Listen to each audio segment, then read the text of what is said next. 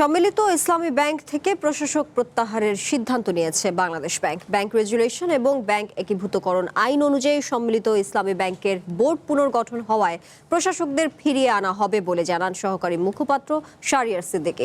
তিনি বলেন, কেন্দ্রীয় ব্যাংকের মূল্যায়নে ব্যাংকটির সার্বিক ব্যবস্থাপনায় উন্নতি এবং পরিচালনা পর্ষদের মাধ্যমে স্বাভাবিক কার্যক্রম পরিচালনার উপযুক্ত পরিবেশ তৈরি হওয়ায় এই সিদ্ধান্ত নেওয়া হয়েছে। তবে প্রয়োজনীয় তদারকি ও নিয়ন্ত্রক নজরদারি আগের মতোই অব্যাহত থাকবে। বর্তমান প্রশাসকরা অস্থায়ী দায়িত্ব পালন করছেন। নতুন সম্মিলিত ইসলামী ব্যাংকের বোর্ডের কাছে দায়িত্ব হস্তান্তর শেষ হলে তাদের ফিরিয়ে আনা হবে। ইতিমধ্যে এই সম্মিলিত ইসলামী ব্যাংকের বোর্ড গঠন করা হয়েছে এবং বোর্ডের জন্য পরিচালক চেয়ারম্যান নিযুক্ত হয়ে গেছেন। ব্যাংকের জন্য ব্যবস্থাপনা পরিচালক চিফ এক্সিকিউটিভ অফিসারও নিযুক্ত হয়েছে। সুতরাং তারা কাজ শুরু করেছেন। যেহেতু তারা যখন কাজ শুরু করবেন তখন আমরা এই ধীরে ধীরে বাংলাদেশ ব্যাংক তার পর্যবেক্ষণগুলো তুলে নিয়ে আসবো।